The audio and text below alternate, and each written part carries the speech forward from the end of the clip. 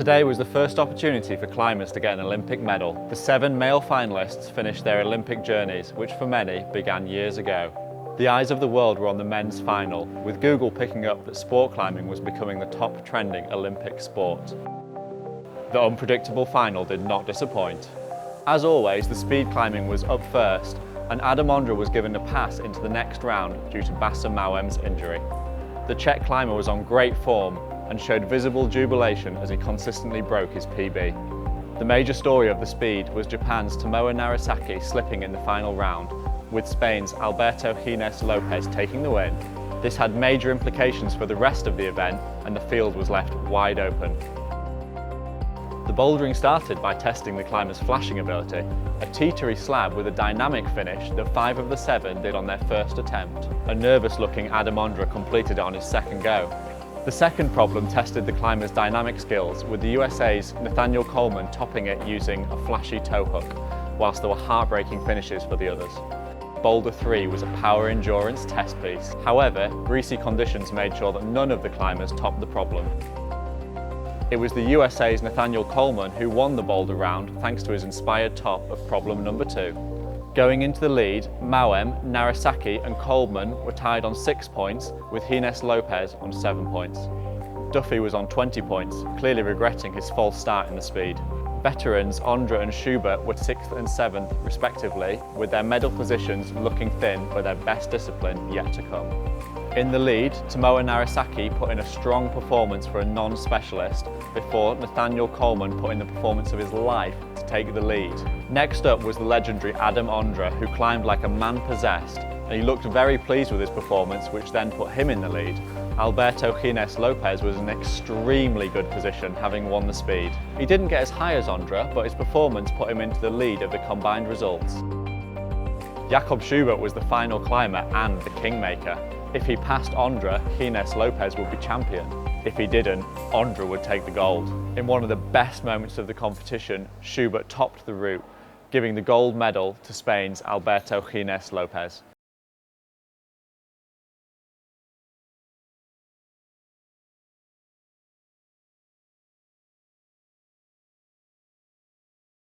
Here are our Olympic medalists. Alberto Gines Lopez from Spain, who took the gold. Nathaniel Coleman from the USA won silver. Jakob Schubert from Austria completed the podium with a bronze. Natalie Berry was on the ground in Tokyo and gives us some insights into what took place. Well, I bet nobody bet on those results. I can't quite believe what happened. That was just an absolute shock result throughout. Everything was changing. I had no idea what was going on. I was trying to watch and take notes and see what was happening, and everything was like people were shifting positions with every move that people made. And yeah, Alberto, what a performance. Like, wouldn't have banked on him winning. He's so young, he's only 18. He's the youngest ever Spanish athlete to win a gold medal, which is really cool. We only realised that in the press conference afterwards. Nathaniel Coleman arguably had the most consistent competition, really strong, winning the boulder round, midfield in speed, did really well in lead. Really impressed with him, he was really psyched. Jakob, of course, he was our tip for the win, but then in speed and boulder he seemed so far behind. I'd actually totally discounted him from medals, and yeah, didn't come to mind at all as a contender, and then he just tops the route, and then stood there, everyone stood there wondering what that means for him, and even Jakob doesn't understand what it means. And then when his coaches signalled to him the 3, and he just couldn't believe it, and there's great photos of that moment, and yeah, just all over the shop really, and emotions running on a high. And it was just to see the athletes like holding the medals and not quite believing it.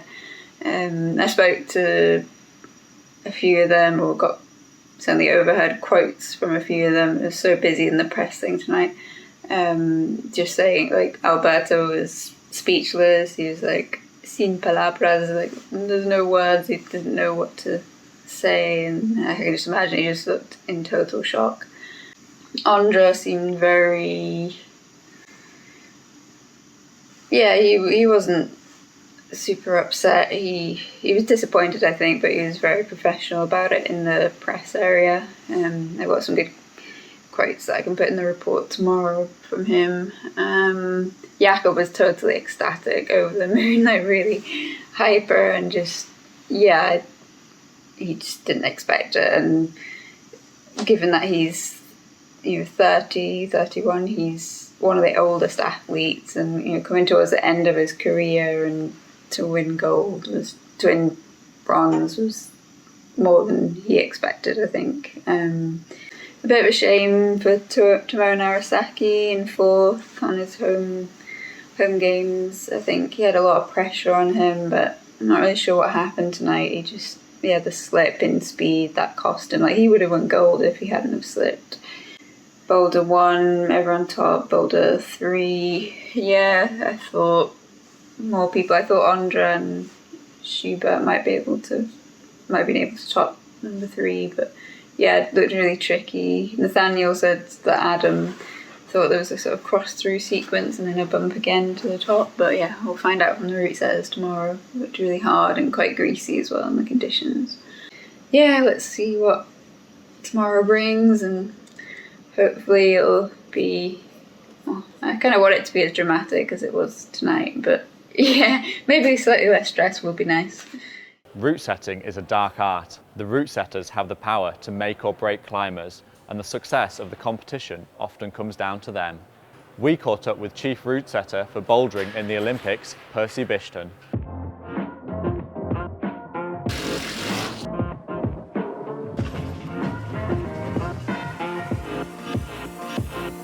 We're here with Percy Bishton, head route setter for bouldering at the Tokyo Games. Percy, thanks for joining me. Can you just give us a bit of a background about yourself, how long you've been in the game of route setting?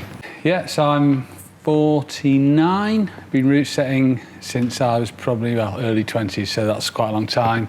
At the moment, I work at the Climbworks in Sheffield, which is my climbing gym, and I've been doing that for the last 15 years, but I've been the route setter pretty much all my working life. And when did you get into the gigs of big competitions and working for the IFSC, the federation? So I started doing World Cups, like lead World Cups, setting at lead World Cups, kind of the end of the 90s, and sort of it kind of one thing led on, and in the end I got a place on the IFSC, or it was the ICC in those days, route setting course. Got qualified as a route setter in 2003.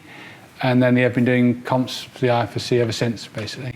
And you started at some point, I'm guessing, to move away from leading and started to focus on the bouldering. What was the appeal of the bouldering side of things? I got more into the bouldering when I was working at the Edge. So before the Climbworks, I worked at another wall in Sheffield called the Edge. And there it was predominantly a lead climbing gym. So I set lead routes for, God knows, 13 years.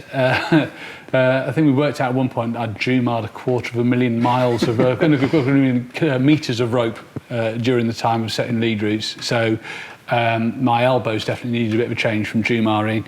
And bouldering was taking off.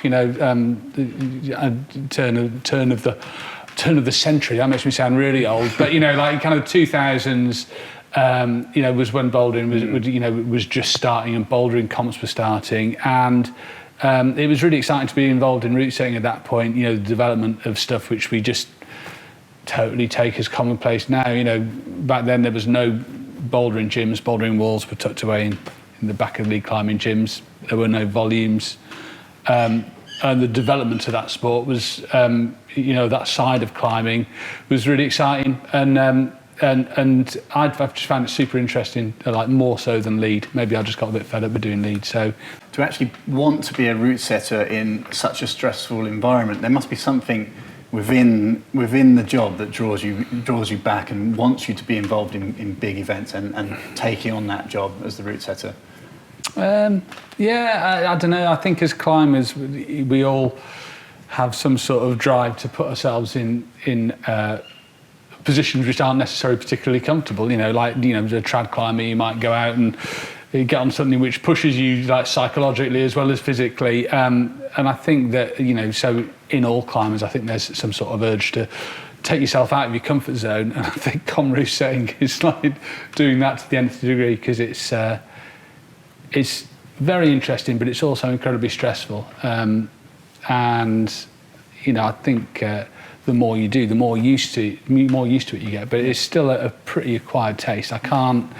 I know a lot of people who really want to be comp route setters, and then they get into the environment and they're just like, oh my God, this is horrific. Like, I can't enjoy the job that I'm trying to do because there's too much pressure, maybe. So yeah, I would probably have to agree with that, actually. Yeah. The way that my path as route setting has gone, I went to a few World Cups and swiftly realised you have to be completely mad to actually want to be part of that team.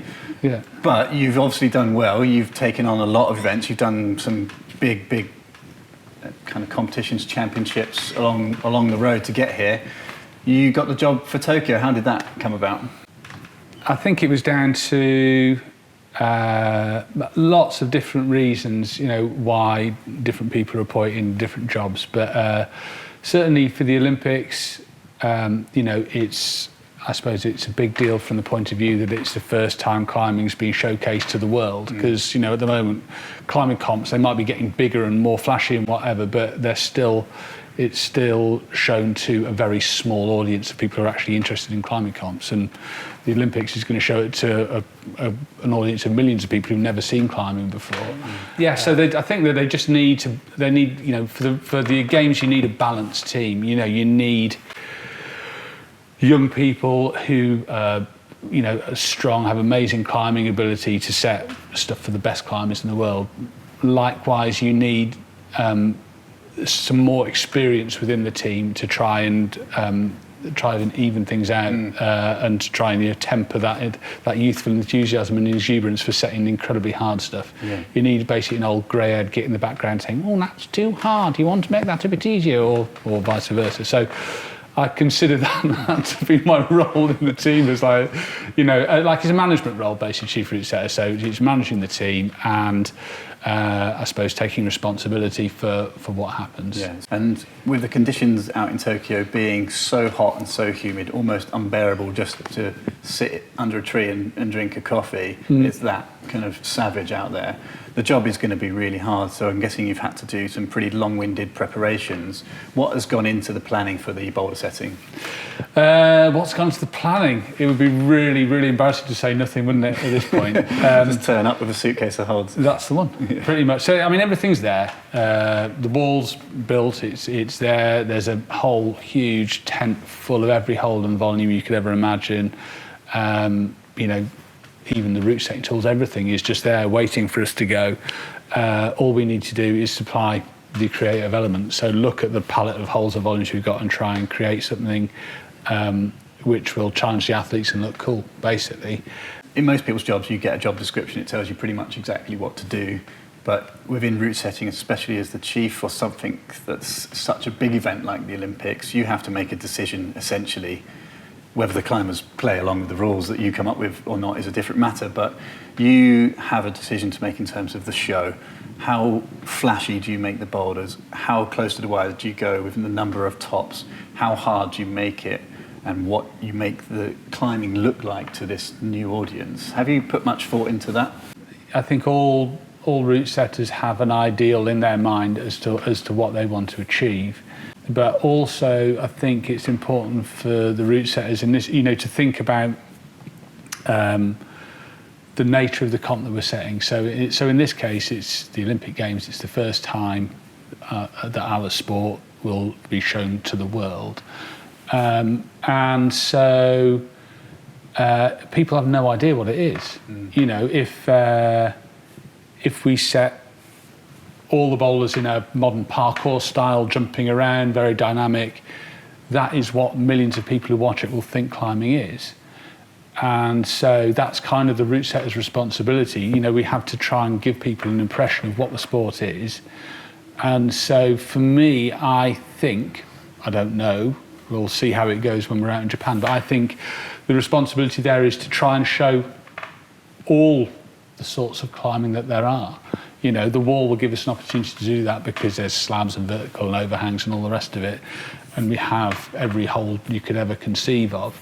But I think it'll be interesting, you know, to say, well, you know, if you wanted to demonstrate a very basic crimpy style of climbing, then, you know, I guess there's an opportunity to do that, but to make it look attractive and to make it look exciting that's another element of the job. It's not easy. Is that a subtle God, I'm starting to think about it, I'm like, it's quite a daunting job, isn't it? I mean, I've not thought about this, mate. Yeah. Maybe I wonder if I can still get out of it. Anyway, sorry, carry on. Thinking of that then, this is kind of a bit more of a personal question, but there's a lot of pressure on your shoulders. Is there a scenario at night when you wake up in the middle of the night thinking, oh my God, X could happen? Or what is the best outcome and what's the worst possible outcome you can imagine from the Tokyo Games? For me, I just think that the best possible outcome I think I could have is that people would come up to you afterwards and say, I saw the climbing, it was really cool, it looked amazing, I've not seen that before, what an amazing sport. Like, that for me would be an ideal outcome. I mean, I can think about all the minutiae and they're like, oh, you know, I'd like at least one person at the top of all of my boulders, for sure, that goes regardless. But I'd like everybody to be able to, all the athletes to be able to perform and to fight and to just to give their very best and to have that opportunity. So I guess that for me that's the perfect outcome, that the athletes can do their thing and in doing that they make the rest of the viewing world think, oh my God, that's pretty amazing, look at that person, like they can hold on with one finger or do whatever, you know. I think that for me would be, you know, a good outcome. The combined format has come into climbing. It's a bit different and it changes the game potentially a little bit for each of the rounds and especially for the route setters. Is that something that's come into your thinking for this going out to Tokyo? Yeah, for sure, because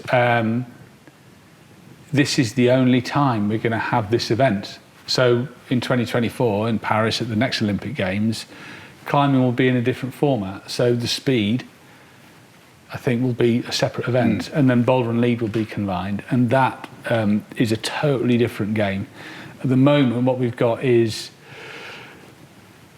a group of 40 athletes who are specialists in some disciplines and not in others, and but need to be able to perform.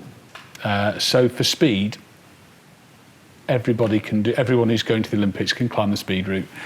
And it's just down to how fast it goes. So for that's not too difficult. But for lead and boulder, it is more difficult because obviously we need everybody taking part to be able to climb. You know, when you've got some of the very best boulderers in the world, and some people who've only really been seriously training on boulders for 2-3 years, then you know there's potentially quite a big disparity in what people can do, and trying to create climbs that allow everybody to climb, but only the best to succeed is a lot more difficult for this. And like I say, you know, once the gold medals have been presented, that format is gone. Yeah. Never again. So it is a tricky one, and we'll see. Do you set the rounds? Do you approach the setting of the rounds differently that you would for a Boulder World Cup? Not particularly. No. We normally work backwards. We set the finals, and then we set the qualification round in this case. But no, it's just you know, creating the problems and then looking at the whole thing as a circuit of problems, and making sure that we've got enough diversity, you know, and different, you know, variation in the boulders. The final round will be a 3 boulder round as well. Does that change how you might approach the tour of boulders?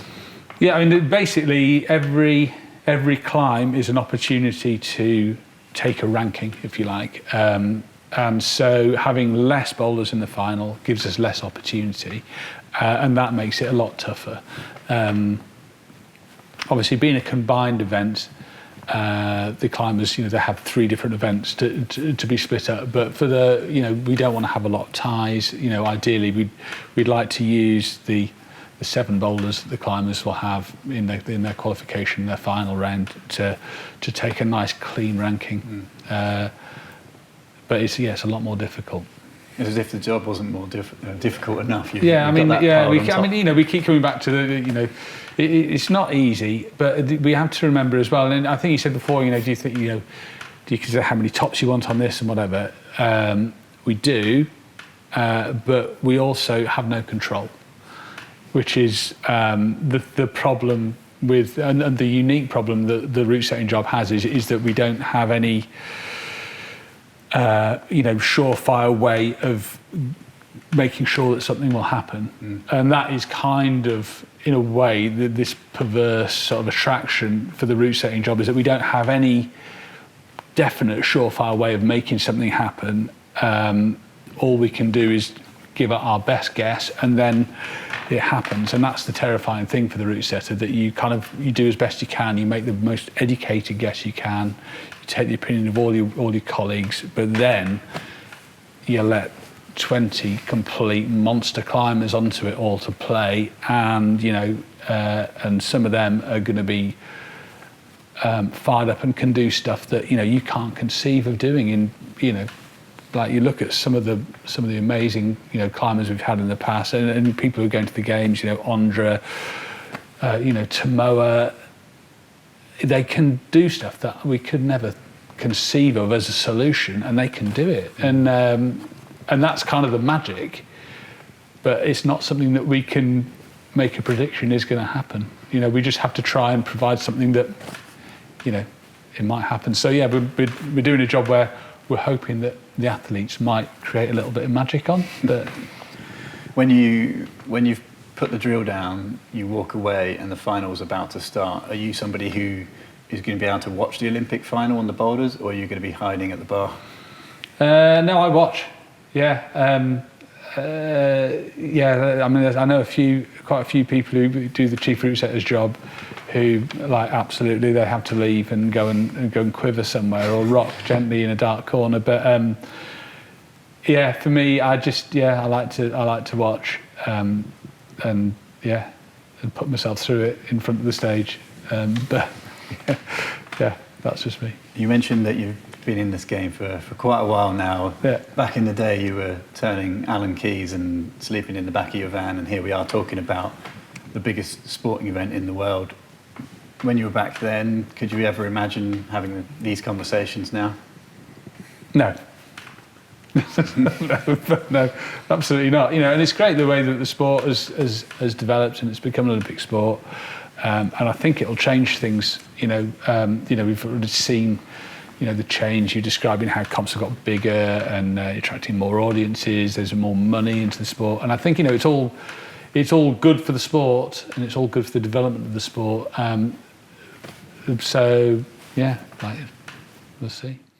Tomorrow sees the women battle it out for the gold medal. Will we see anyone beat Janja Garnbret? After today, anything's possible. Make sure to subscribe to our channel to get all the latest updates from the men's finals tomorrow.